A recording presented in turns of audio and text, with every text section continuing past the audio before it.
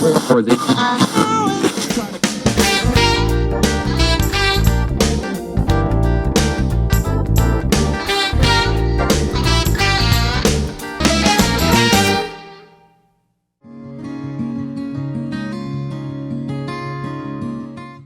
Universidade de Sorocaba, com o Laboratório de Comunicação, Rádio e TV Uniso, vem desenvolvendo uma série de entrevistas no especial 100 anos do rádio, histórias que o rádio não contou. E hoje, nesta entrevista especial, a gente recebe por aqui Carlos Garbo, radialista, jornalista e hoje assessor da presidência da Câmara Municipal de Sorocaba, apresentador também da TV Câmara. Garbo, é um prazer muito grande receber você aqui. Afinal de contas, você também tem história e passou aí por esses 100 anos, 100 primeiros anos do rádio no Brasil. Obrigado.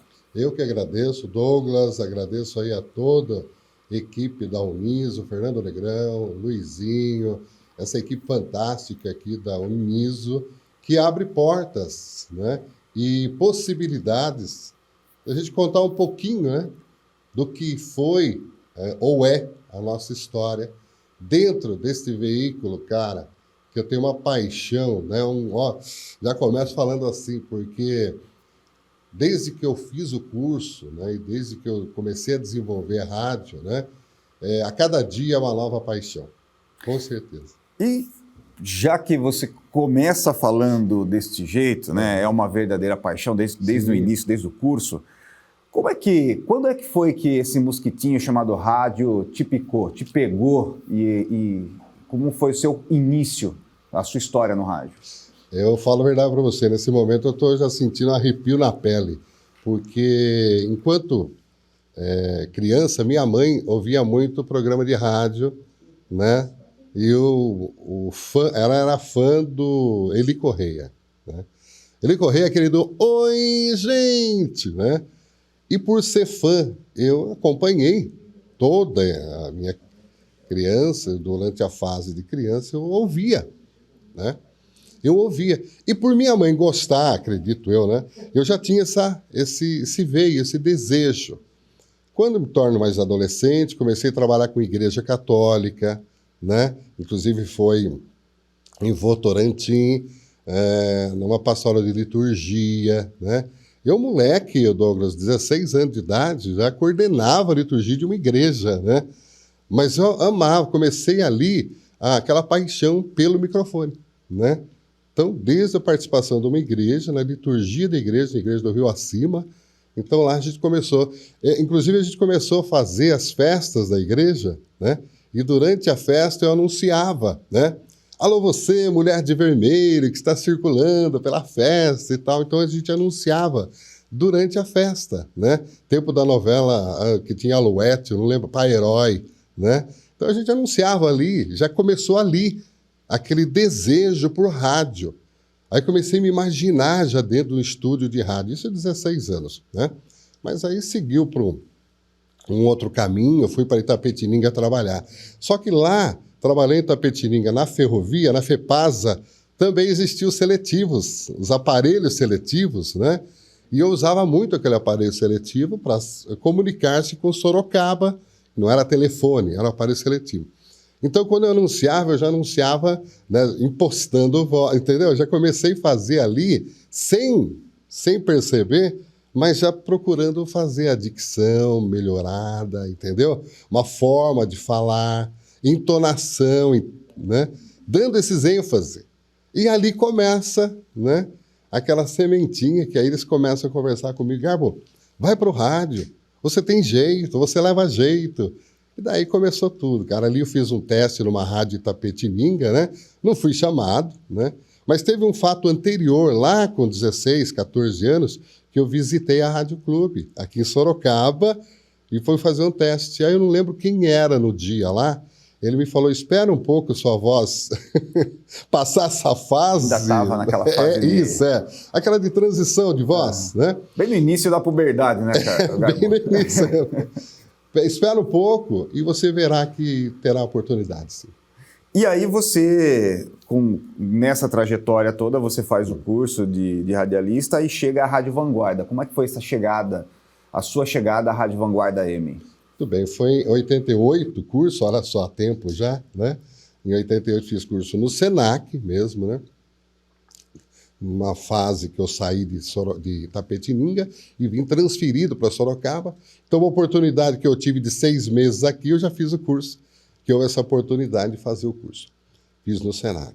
E lá no Senac, a gente se apresentava, tem os testes práticos, né? Eu conheci o Paulo Alonso, né? Conheci o Paulo Alonso, eu lembro até hoje, o dia que ele foi lá, conversar com os futuros radialistas, né? Quando ele falou AM, cara, quando ele falou Vanguarda, meu pai do céu, eu falei, esse mesmo, é esse, por esse caminho. Aí eu cheguei a conversar com ele. Cheguei, Paulo, como é que funciona a rádio lá? Ele falou, por quê? Gostaria de fazer um teste, né? Então vamos lá conversar com o seu Camargo. Fui lá fazer um teste na Vanguarda com o seu Camargo, né? Conheci a figura do seu Camargo também, muito conhecido de Sorocaba. Fiz o teste, né? Ficou guardado lá o teste lá, né? Mas não é que pela minha surpresa, né? Terminando o curso, logo eu fui chamado na Vanguarda, né? Verdade. E aí fui chamado para fazer as folgas, né? Eu fazia as folgas do Carlos Cook. Comecei um trabalho com o Carlos Cook, um mestre, né? Não sei se vai ter essa oportunidade o Carlos Cook, mas é sensacional. Foi uma experiência incrível de dar a folga do Convite Matinal, um programa que na época, né, tinha uma audiência muito grande em termos de AM, porque nós já vivíamos o tempo do apogeu da FM. E com o apogeu da FM, o AM, então, ele começa... não que é descartado, é que a qualidade de som do FM era muito melhor. Então, o AM começa a perder um certo espaço, né? Hoje, o que a gente vê é um AM, um FM estilo AM, mas na época não, né? Então, a gente aproveitou essa oportunidade, eu dava folga para o Carlos Cook, né? Aos finais de semana, e eu digo para você, foi uma realização. E como é que era essa sua relação com o Carlos Cook? E você trabalhou diretamente com aquele sistema, né? O sistema mais antigo do rádio, sim, que era sim. O locutor de um lado numa cabine e o operador do outro lado. Sim. Acontecia muita pegadinha nessa época? Tudo que você possa imaginar, tempo de fala, luz vermelha, acender a luz vermelha e você está no telefone, porque naquele momento não existia o WhatsApp, então existia o telefone. E, olha, amigo, o que tocava o bendito telefone, né? E você atendeu o telefone, daqui a pouco você voltar, aí você tem um testemunhal para ler, aí você tem que anunciar, você tem uma sequência, um roteiro, né? E as músicas já eram pré-selecionadas, né? Não existia essa de você pedir uma música e tocar, a não ser que seja um programa nesse sentido, né? Mesmo assim, tinha a OPEC, tinha o pessoal que trabalhava no operacional, né? Que preparava as músicas, então já chegava todos os discos prontos já, né? Então uma sequência de música, aí você pulava às vezes, anunciava um e tocava outro, né? Então essa harmonia com o operador de áudio, amigo, era tudo. E quando você, veja, até eu citei aqui em off, né? Do Gilson Braz, que eu tenho com muito carinho, nem sei por onde anda. Pincha fogo aí, Gilson. Pincha fogo, Gilson, né? Quer dizer, não sei por onde anda o Gilson, mas um grande abraço a ele, né? O Luizinho, que trabalhou na técnica comigo na época, né? E outros também que eu não recordo agora, que a Vanguarda é uma grande escola. Isso eu posso dizer com todas as letras. Vanguarda é uma grande escola. Grandes locutores saíram da Vanguarda. Se você ouvir tem uma rádio Sorocaba aí, né, que é tudo Vanguarda, né? Então, um berço de locutores, de gente ali, né, de formação com o seu Salomão, né? Então, esse intercâmbio com o operador, essa amizade com o operador, né, tinha coisas que você olhava para o Gilson e ela já sabia.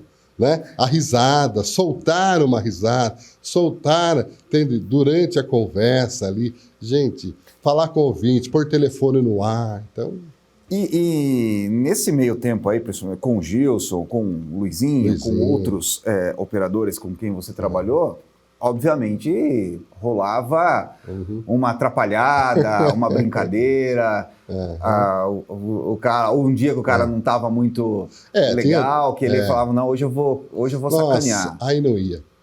Vou ser bem sincero para você, aconteceu. Já deu um ataque de riso no ar, você como operador e a não rádio podia rir, não. Se eu desse muito riso no rádio, no ar, era chamada a atenção, o Salomão, porque o seu Salomão Pavlovsky, né, excelente também, o Sorocaba deve muito à comunicação de Sorocaba a Salomão Pavlovsky. Isso é inegável, né? E eu tive o prazer e a honra de trabalhar, né?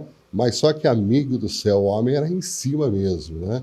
Só que ele valorizava, entendeu?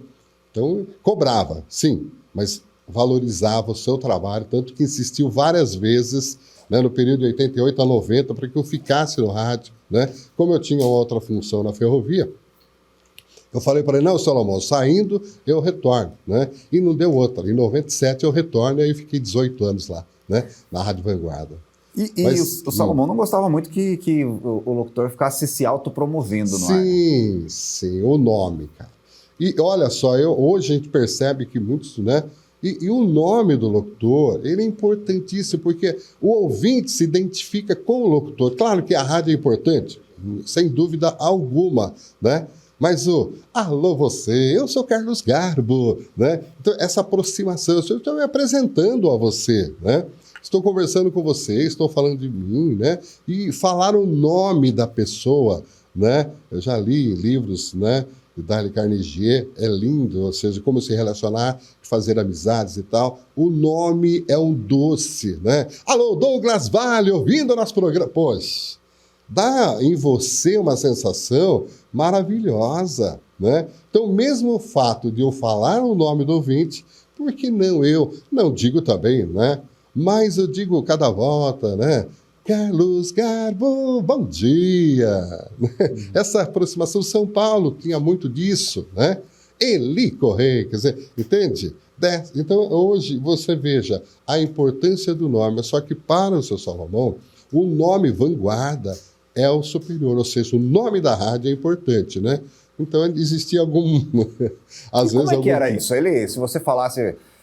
por exemplo, durante uma hora cheia, se você falasse o seu nome duas vezes, duas, três, já ligava. Nossa, já ligava, eu recebia ligação. Muitas vezes eu cheguei a receber ligação durante o programa, final de semana, né? Às vezes ligava, né? Tá falando muito, ou não tá falando nada.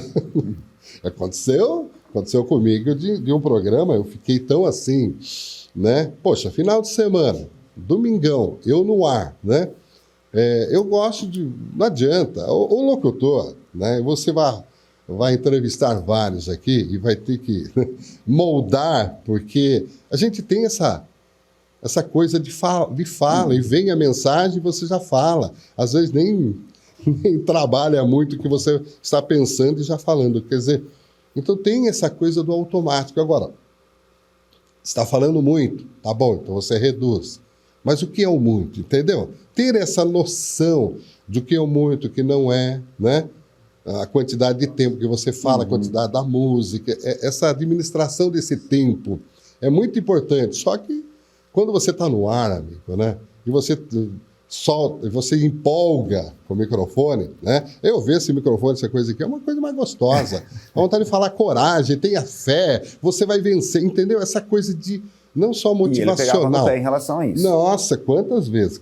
Então, a gente teve que reduzir. Até que chegou um dia que eu abri o programa, né? Comecei o programa e fui em frente, só música. Música, hora certa. 2, 3 músicas, hora certa. Aí ligou para mim, perguntou o que estava acontecendo comigo, porque que eu não estava falando. Eu falei, se eu falo, não é para falar. Se eu não falo, não é para falar. Então, vamos ter um critério. Porque o senhor não está contente? É assim, cara. Né? Teve até uma certa ocasião, essa é história, mas acho que é bom ficar registrado. Mas esse é o foco, é contar essas histórias. É até história, né? Teve uma pessoa aí, né? O Fernando está bem dessa história, né? Que quis se alterar com o seu Salomão, ou seja, dizer que ele era importante dentro do rádio. Pode contar essa história, que essa história essa não é lenda. Ele era importante do rádio. Aí Salomão pegou, tá bom, então o senhor é importante no rádio, né? Levou ele até o transmissor. Até esse transmissor que está aqui, inclusive, na Uniso. Levou até o transmissor, pediu para o cara, isso aqui é o transmissor, as válvulas e tudo mais, tá? Esse aqui é importante aqui na rádio, né? Esse aqui. Você ou outros virão, mas esse é o que vai fazer a função dentro da emissora de rádio. Ou seja, o transmissor, né?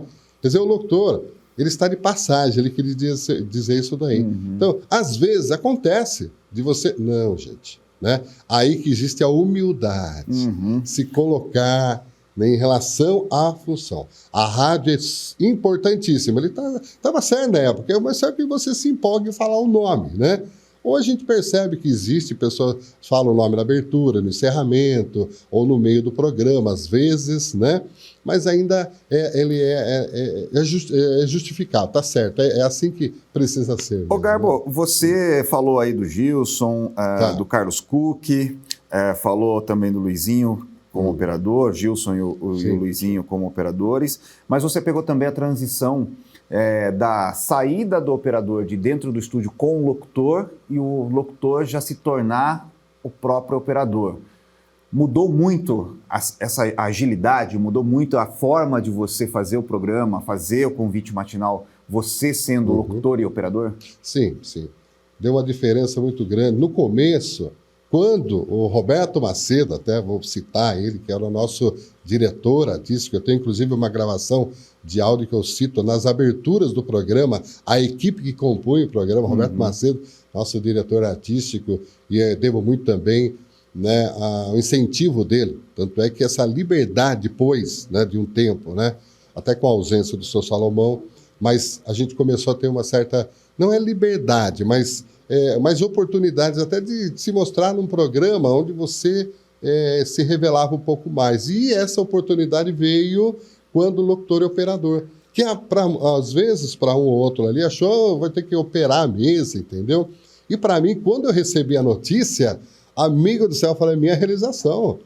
Primeiro, por causa do salário. Melhora, né? Porque eu vou ser bem sincero, gente. Olha, quem quer ser radialista, não vai tendo a ilusão que o salário é top. Não é, gente, não é. O salário é de mercado, mas é um salário nivelado, entendeu? De locutor e operador de áudio. Eu não sei se continua ainda assim, separado os salários, mas foi assim. Eu vivi essa transição. Então, deu um boom. Ou seja, eu ganhava um salário como locutor e eu passaria a ganhar outro como operador de áudio, né?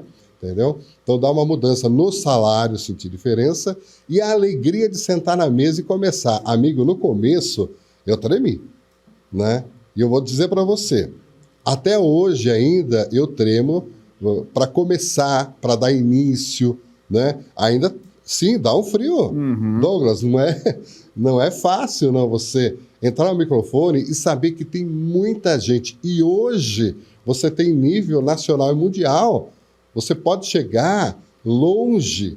Então, o cuidado com as falas, com o que você está, né, falando. Então, ali você tem a oportunidade de criar, criações, entendeu? Então, começa a surgir a oportunidade de você colocar, então, novas vinhetas, né? Então, quando eu comecei, aí aconteceu de tudo, porque enroscou cartucheira, era tempo de cartucho ainda, acho que tem gente que nem sabe Dava o que é. muito suador, o Garbo, Dava. quando a agulha do disco enroscava, Sim, quando sim. a cartucheira travava. Sim. Amigo, era uma tensão. E aí o seu disco Salomão tocando ligava. ali, você ficava olhando ali, porque se cai uma impureza, imagine um disco tocando, né?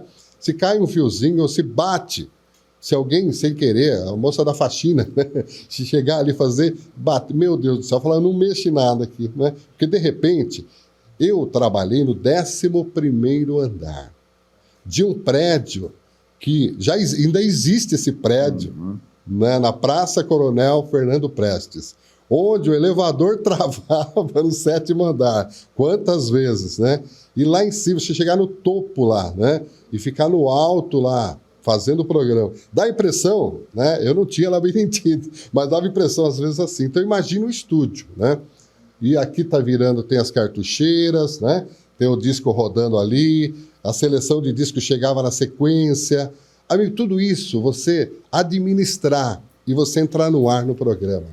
Então, foi uma adrenalina no começo, mas depois a gente foi se adaptando, as tecnologias foi chegando, então foi ficando muito mais fácil. Ô Garbo, você falou aí uma situação que é bem legal, né? O disco tá tocando e a moça da limpeza, de repente, entra, a agulha para, pula, alguma coisa assim.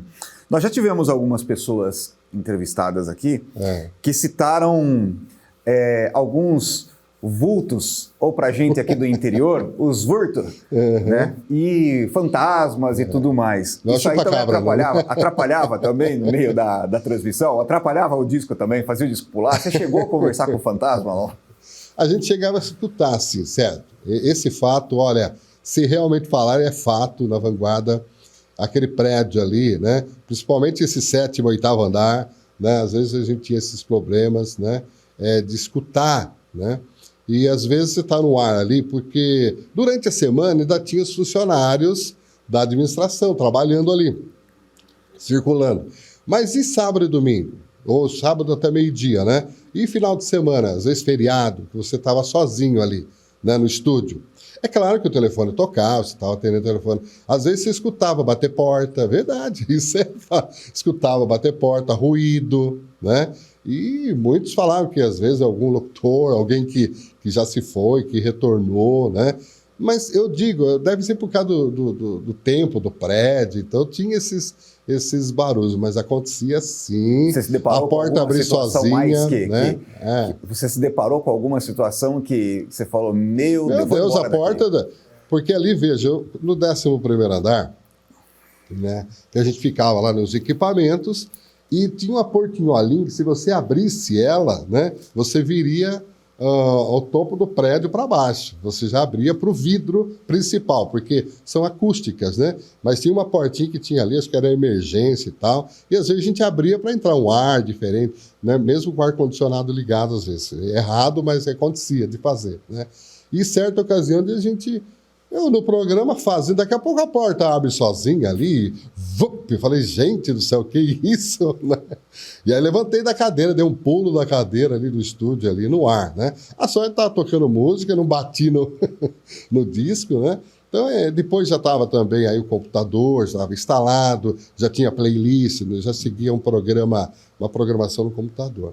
Mas chegou a abrir a porta, assim, a portinhola, né, do estúdio, enquanto eu fazia o programa lá no 11º andar. Depois a rádio mudou, né? Transferiu para Roberto Simons. E os coleguinhas desconectando o cabo, aconteceu algum momento de você chegar no estúdio e na hora de entrar um cabo desconectado e depois você vê pelo aquário, né?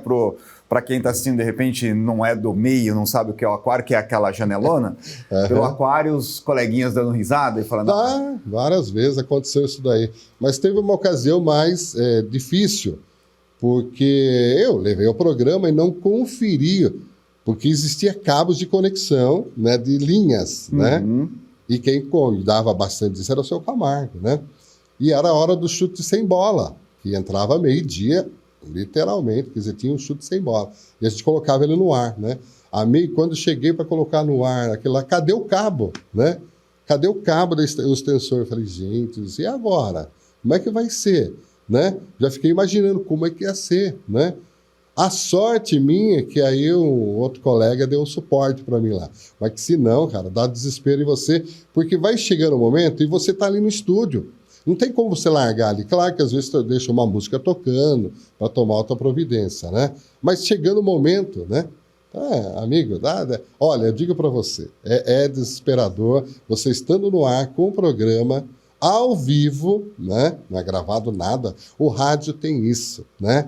Essa coisa do factual, do demômetro, momento ali, aquele momento. Garbo, a gente está caminhando já para o término desse bate-papo, mas você fala bastante, você viveu boa parte aí da sua carreira na Rádio Vanguarda, depois você teve uma passagem pela Majestade FM e teve uma passagem também por lojas, com locução comercial e tudo mais. Além, obviamente, desse trabalho que você desenvolve hoje na Câmara de Sorocaba. Nesses anos que você trabalhou no rádio, ou da história que você vem no rádio, o que mudou?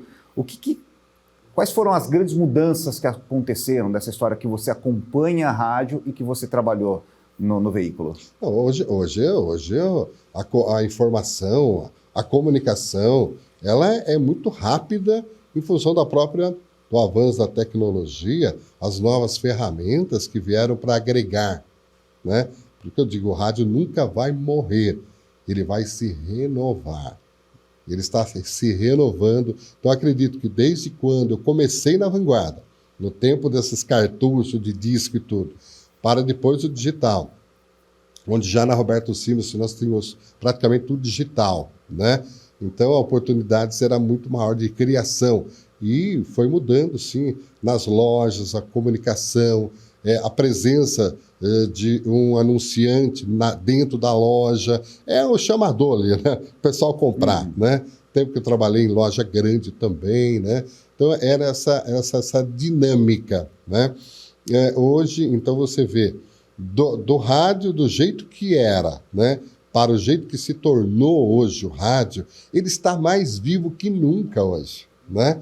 Hoje ele está no seu celular, smartphone, ele está aí junto com você, caminhando. Qualquer emissora de rádio. Hoje você tem aplicativos que você ouve rádio do mundo todo, né? Então, e dentro também, os próprios profissionais de rádio, né? Antes existia operador, hoje nem necessário. Hoje somente uma pessoa, ela às vezes comanda uma rádio até, não é isso? Ela comanda, e hoje a gente vê vários estúdios, hoje locutores como nós, independentes, né? Que podemos produzir, né? E soltar na rede, né? Então você tem possibilidade hoje de ter uma rádio web, né?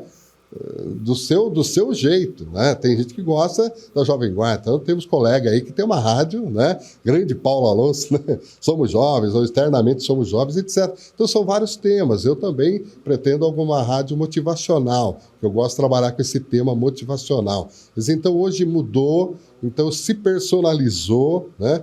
Mas a proximidade, aquele rádio de cima da pia, que eu tenho até hoje, né? Do meu lado ali, para ouvir de manhã o Décio Clementino, né? Esse continua ainda, esse parceiro. No carro, né? Para saber do trânsito, saber da temperatura, como é que vai ser, etc. A notícia em tempo real. Porque o rádio, como diz um colega aí, é que vai anunciar o fim do mundo, né? Porque é simplesmente o rádio, né? Grande Desidério, um grande abraço a ele também. É isso, gente. Então, mudou sim para melhor e vem melhor ainda, com certeza. Essa é a minha última pergunta para você. O que esperar dos próximos 100 anos do rádio? Muito provavelmente não estaremos aqui para ver essa história, para contar essa história dos próximos 100 anos, mas o que você espera como profissional de rádio para os próximos 100 anos? Ah, sim, eu espero que este rádio, né, venha fazer a transformação na sociedade que tanto precisa. Na minha opinião, esse é Carlos Garbo falando, né? A paz, o amor, a harmonia entre os corações. Precisamos muito, gente, precisamos nos unir para construir. O que a gente vê hoje, infelizmente, né, são notícias trágicas, né? Mortes, violência, né, ou rupturas de padrões e de valores.